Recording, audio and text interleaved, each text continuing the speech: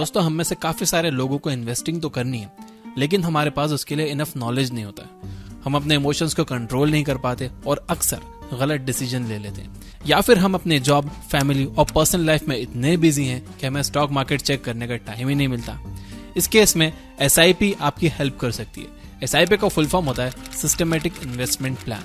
इसकी हेल्प से आप बिना किसी नॉलेज के इन्वेस्टिंग स्टार्ट कर सकते हो। इसमें ना तो आपका एक भी सेकंड का टाइम जाएगा और ना ही आपको स्टॉक मार्केट्स के अप्स एंड डाउन को मॉनिटर करना होगा। इस वीडियो में मैं आपको SIP का पूरा नॉलेज दूंगा। मैं आपको बताऊंगा कि किस तरह से आप SIP की हेल्प से फॉर्चून बिल्ड कर सकते हो। हम देखेंगे कि SIP क्या होता है, इसमें कौन सा रिस्क हो सकते हैं, इसमें आपको कितने पैसे लगाने चाहिए और साथ ही इससे आपको कितने रिटर्न मिल सकते हैं। और हाँ, मैं आगे बढ़ने से पहले बता दूं कि इस वीडियो को किसी ने स्पॉन्सर नहीं किया। डिस्क्रिप्शन में या कमेंट्स में कोई भी एफिलिएट लिंक नहीं है। मैं ये वीडियो बना रहा हूँ सिर्फ आपको हाई वैल्यू इंफॉर्मेशन देने के लिए। तो इस बात पर अगर आपको लगता है कि ये वीडियो आपका वैल्यूएबल लाइक डिजर्व करता है तो लाइक जरूर करना। तो आइए SIP और म्यूचुअल फंड्स के बारे में सारे सवालों का एक एक करके जवाब जानते हैं। नंबर 1, SIP क्या होता है? SIP एक इन्वेस्टमेंट स्ट्रेटेजी है जिसकी हेल्प से आप म्यूचुअल फंड्स के जरिए स्टॉक्स में पैसा इन्वेस्ट करते हो। अगर आपके पास टाइम या नॉलेज नहीं है तो आप एक एक्सपर्ट का सहारा ले सकते हो। आप अपने पैसे एक एक्सपर्ट को दे दो जो कि अपना टाइम और नॉलेज लगाकर आपके पैसे अच्छे से इन्वेस्ट करेगा। वो आपके प्रॉफिट्स का कुछ हिस्सा अपने पास रख लेगा और बचे हुए प्रॉफिट्स आपको दे देगा। इसका मतलब ये भी है कि अगर उस एक्सपर्ट के इन्वेस्टमेंट डिसीजन से आपको नुकसान होता है तो आप उसे एक भी रुपया नहीं दे रहे होंगे। लेकिन हर एक म्यूचुअल फंड के रूल्स अलग होते हैं और अच्छा होगा कि आप इन्वेस्टमेंट करने से पहले उनकी फीस के बारे में पढ़ लो। एक बार आपने अपना म्यूचुअल फंड सिलेक्ट कर लिया तो आप अपना SIP बनाओ। SIP में आप एक फिक्स्ड अमाउंट को हर महीने म्यूचुअल फंड में इन्वेस्ट करते रहते हो। मान लो कि आप 5,000 की SIP करना चाहते हो। आप अपने अकाउंट में ऑटो डेबिट लगा सकते हो जिससे हर महीने आपके अकाउंट से 5,000 कट के आपके SIP में ऑटोमेटिकली इन्वेस्ट होते रहेंगे। एक बार आपने अपना SIP सेट कर दिया तो आप उसे भूल जाओ। अब वो हर महीने आपके अकाउंट से डेबिट होता रहेगा और आप आराम से अपनी जॉब, अपने बिजनेस या अपनी पढ़ाई पर फोकस कर सकते हो। नंबर 2, कौन सा म्यूचुअल फंड बेस्ट होता है? म्यूचुअल फंड्स दो तरह के होते हैं, एक्टिवली मैनेज्ड फंड्स और पैसिवली मैनेज्ड फंड्स। जैसा कि आप नाम से ही समझ गए होंगे, एक्टिवली मैनेज्ड फंड में एक एक्सपर्ट लगातार अपनी नॉलेज और मार्केट के मूवमेंट्स के हिसाब से पैसे इन्वेस्ट करता रहता है। दूसरी तरफ पैसिवली मैनेज म्यूचुअल फंड्स में आप पैसे लगाकर भूल जाते हो और उसे 10-15 साल के बाद ही निकालते हो। पैसिवली मैनेज्ड म्यूचुअल फंड्स को इंडेक्स फंड्स भी कहा जाता है। इन म्यूचुअल फंड्स में आप देश के टॉप 50 कंपनीज में पैसे लगाते हो। आप ये अज्यूम करके चलते हो कि किसी भी कंट्री के present top 50 companies long term में बेटर परफॉर्म करेंगी ही। इंडिया के इंडेक्स को निफ्टी 50 कहा जाता है। यहाँ पर आपको लग रहा होगा कि एक्टिवली मैनेज फंड्स बेटर होते हैं क्योंकि उसमें एक्सपर्ट्स हमेशा काम करते रहते हैं। ज्यादा काम करने की वजह से उन्हें रिटर्न्स भी ज्यादा मिलते होंगे, लेकिन ऐसा नहीं है। शॉर्ट टर्म में हो सकता है कि एक्टिवली मैनेज्ड म्यूचुअल फंड्स ज्यादा प्रॉफिट कमा रहे हो, लेकिन लॉन्ग टर्म में वो पैसिवली मैनेज्ड म्यूचुअल फंड्स को बीट नहीं कर पाते। एक स्टडी में पाया गया है कि पिछले 20 सालों में 85% actively managed mutual funds index funds को बीट नहीं कर पाए। इसका मतलब ये है कि अगर आप इंडिया के टॉप 50 कंपनीज में पैसा लगाकर उसे 20 साल के लिए छोड़ दो और दूसरी तरफ एक्टिवली मैनेज्ड म्यूचुअल फंड में 20 साल के लिए पैसा लगाते रहो तो इसके चांसेस बहुत हाई हैं कि आपको फर्स्ट केस सिनेरियो में ज्यादा प्रॉफिट्स मिलेंगे। सिर्फ 15% एक्टिवली मैनेज्ड म्यूचुअल फंड्स ही इंडेक्स को बीट कर पाते हैं, लेकिन ये 15% भी नेक्स्ट 20 साल में इंडेक्स को बीट कर पाएंगे या नहीं, इसकी कोई गारंटी नहीं है। इनफैक्ट वॉरेन बफेट खुद कहते हैं कि अगर उन्हें अपनी इन्वेस्टिंग जर्नी फिर से स्टार्ट करनी होगी तो वो इंडेक्स फंड्स के साथ ही करेंगे। नंबर 3, SIP की हेल्प से आपको कितने रिटर्न्स मिल सकते हैं? आपको कितने % का रिटर्न मिलेगा ये 3 मेन फैक्टर्स पर डिपेंड करता है। A, आप कितने रुपए मार्केट में लगाते हो। आप जितने ज्यादा पैसे मार्केट में लगाओगे आपको उतने ज्यादा रिटर्न्स मिलेंगे।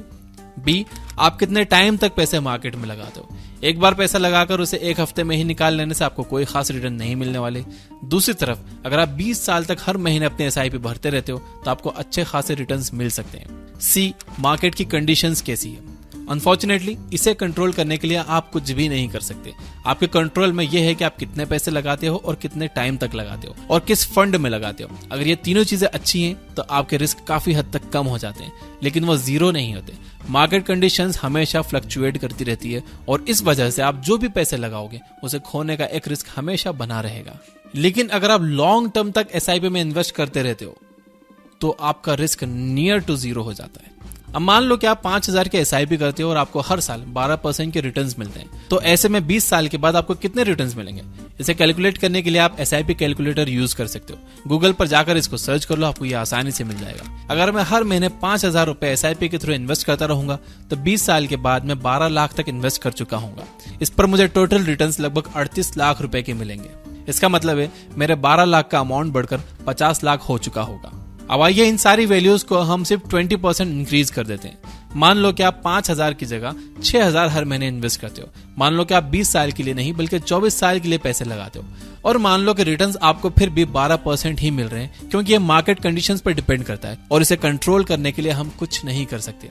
अब आइए देखते हैं कि इस केस में हमें कितने रिटर्न्स मिलेंगे। अब आपका टोटल इन्वेस्टेड अमाउंट लगभग 17,28,000 रुपए है, लेकिन रिटर्न्स आपको लगभग 83 लाख तक मिल रहे हैं। फर्स्ट केस में आपको सिर्फ 38 लाख का रिटर्न मिल रहे थे, लेकिन आपने अपनी इन्वेस्टमेंट अमाउंट और इन्वेस्टमेंट टाइम पीरियड को जस्ट 20% ही इंक्रीज किया, लेकिन इससे आपके रिटर्न्स लगभग 125% यानी डबल से भी ज्यादा हो गए। यह है कंपाउंडिंग इफेक्ट का मैजिक। अगर आप थोड़े से भी पैसे ज्यादा लंबे टाइम तक मार्केट में इन्वेस्ट करके रखोगे तो आपको बहुत ज्यादा रिटर्न्स मिलने वाले हैं। नंबर 4, SIP में इन्वेस्ट करने से पहले आपको कौन सी बातों का ध्यान रखना चाहिए? जैसे कि हमने पहले देखा, SIP में अगर आप ज्यादा पैसे ज्यादा टाइम तक इन्वेस्ट करके रखोगे तो आपको ज्यादा प्रॉफिट होगा, लेकिन आपको यहां पर यह जानना होगा कि टाइम पैसे से ज्यादा इंपॉर्टेंट होता है। मतलब अगर आप थोड़े से पैसे ज्यादा टाइम के लिए लगाओगे तो आपको अच्छे प्रॉफिट्स मिलेंगे, लेकिन अगर आप बहुत सारे पैसे थोड़े से टाइम के लिए लगाओगे तो इससे आपको कोई फायदा नहीं होगा। मैंने अपने दोस्तों की SIP जबरदस्ती शुरू करवाई है कि यार तुम शुरू करो, 20 साल बाद दुआएं दोगे मुझे। तो मैं आपको भी कह रहा हूँ कि अगर आप 500 रुपए से शुरू कर सकते हो ना, तो 500 रुपए से SIP शुरू कर दो। अगले साल उसे 10% बढ़ाकर 550 रुपए कर देना, लेकिन शुरू करो। 20 साल बाद आप भी मुझे दुआएं दोगे। जितनी यंग एज में आप SIP करना शुरू कर दो, उतनी जल्दी आप फाइनेंशियली फ्री हो जाओगे और जिंदगी भर सिर्फ पैसे के पीछे ही नहीं लगे रहोगे। यार लाइफ एंजॉय करने का भी टाइम मिलेगा, घूमने फिरने का टाइम मिलेगा, फैमिली के लिए टाइम मिलेगा। So start as early as possible. और इसके साथ ही आप अपना एक इमरजेंसी फंड भी तैयार करते रहो, ये बहुत जरूरी है। अपने 6 महीने के एक्सपेंसेस कैश में अपने पास रखो। अगर कल आपके घर में किसी की तबीयत कुछ ज्यादा खराब हो गई, या आपको आपकी जॉब से निकाल दिया गया, या फिर आपके बिजनेस में लॉस होने लगा, तो कम से कम आप 6 महीने के लिए सिक्योर रहोगे। ऐसे में आपको मार्केट से पैसे निकालने की जरूरत नहीं होगी और किसी से उधार मांगने की भी जरूरत नहीं पड़ेगी। अगर आप अपने सारे पैसे लगा दोगे और कल को आपको जरूरत पड़ी तो आप मार्केट से पैसे फिर से निकाल लोगे। इससे हो सकता है कि आपको लॉस ही हो। दूसरा ये कि आप रिस्क को समझकर ही पैसे इन्वेस्ट करो। रिस्क लेने में कोई स्मार्टनेस नहीं है, इसमें कोई बहादुरी की बात नहीं है। रिस्क बेवकूफ लोग लेते हैं। स्मार्ट इन्वेस्टर्स कैलकुलेटेड रिस्क लेते हैं। उन्हें यह पता होता है कि अगर उनका लॉस होगा तो सिर्फ 100 रुपए का होगा, लेकिन प्रॉफिट होगा तो 1000 का होगा। इसलिए आप किसी भी म्यूचुअल फंड में इन्वेस्ट करने से पहले उसके पोर्टफोलियो में जाकर ये देख लो कि वो कौन सी कंपनीज में पैसे लगा रहे हैं, आप उन कंपनीज पर ट्रस्ट करते हो या नहीं, वो कितनी फीस ले रही है और उस म्यूचुअल फंड के मैनेजर का ट्रैक रिकॉर्ड कैसा रहा है। Number 5, lump sum versus SIP। हमने अभी सारे एग्जांपल्स में देखा कि अगर आप 5,000 हर महीने 20 साल तक इन्वेस्ट करोगे तो आप टोटल 12 लाख इन्वेस्ट करोगे। मान लो कि आपके पास इस टाइम 12 लाख रुपए कैश में या बैंक में पड़े हुए हैं, तो क्या फिर भी आपको हर महीने 5,000 ही इन्वेस्ट करने चाहिए, या फिर आपको एक साथ सारे पैसे मार्केट में लगा देने चाहिए? सारे पैसों को एक साथ लगाने वाली स्ट्रेटेजी को लमसम इन्वेस्टमेंट कहते हैं। इस स्ट्रेटेजी से आपको तभी प्रॉफिट हो सकता है जब मार्केट ओवरली अंडर वैल्यूड हो। अगर इकोनॉमी क्रैश कर रही है, जैसे कि 2020 के कोविड लॉकडाउन में हुआ था, तब सारी अच्छी कंपनीज 50% से ज्यादा पर ड्रॉप कर गई थी, तब लमसम इन्वेस्टमेंट करने का अच्छा टाइम था। मैंने भी किए थे और बहुत अच्छे रिटर्न्स बनाए।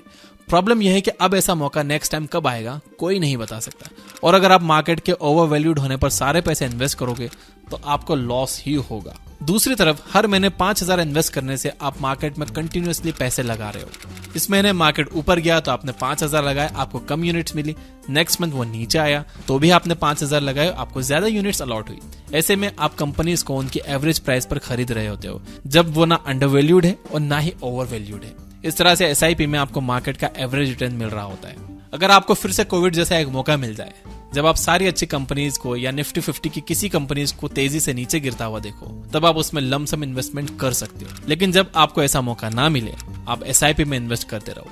याद रहे, आप जितनी जल्दी पैसे इन्वेस्ट करके उन्हें जितने ज्यादा टाइम तक मार्केट में रखे रहोगे, आपके पैसे उतने तेजी से ग्रो करेंगे। इसलिए परफेक्ट मूवमेंट का वेट मत करो, आज ही SIP में इन्वेस्ट करना शुरू करो। मेरा सजेशन आपको यह रहेगा कि आपकी जो इनकम है उसका 10% आपको इन्वेस्ट करना चाहिए और उस इन्वेस्टमेंट को आपको हर साल 10% से बढ़ाना चाहिए।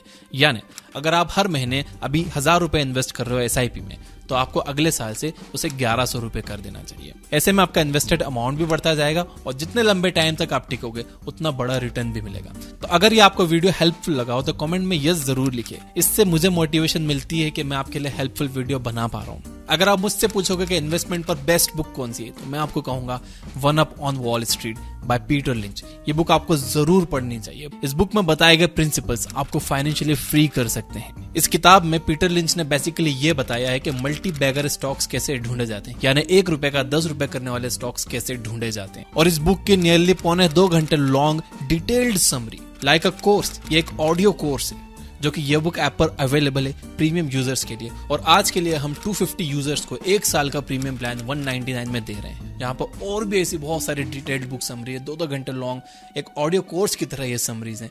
आप भले प्रीमियम लो या ना लो, लेकिन आपने ये जरूर चेक करने चाहिए। हमने वहां हर समरी का इंट्रोडक्शन दे रखा है कि आपको इसमें क्या सीखने को मिलेगा। अब अगर आप इंटेलिजेंट इन्वेस्टर बुक की समरी सुनना चाहते हो तो राइट साइड वाली वीडियो पे क्लिक करो, और अगर आप स्टॉक मार्केट को समझना सीखना चाहते हो तो लेफ्ट साइड वाली वीडियो पे क्लिक करो। इस वीडियो को ऑलरेडी 20 लाख लोग देख चुके हैं। Finally, you guys are amazing. Keep reading, keep learning, keep growing.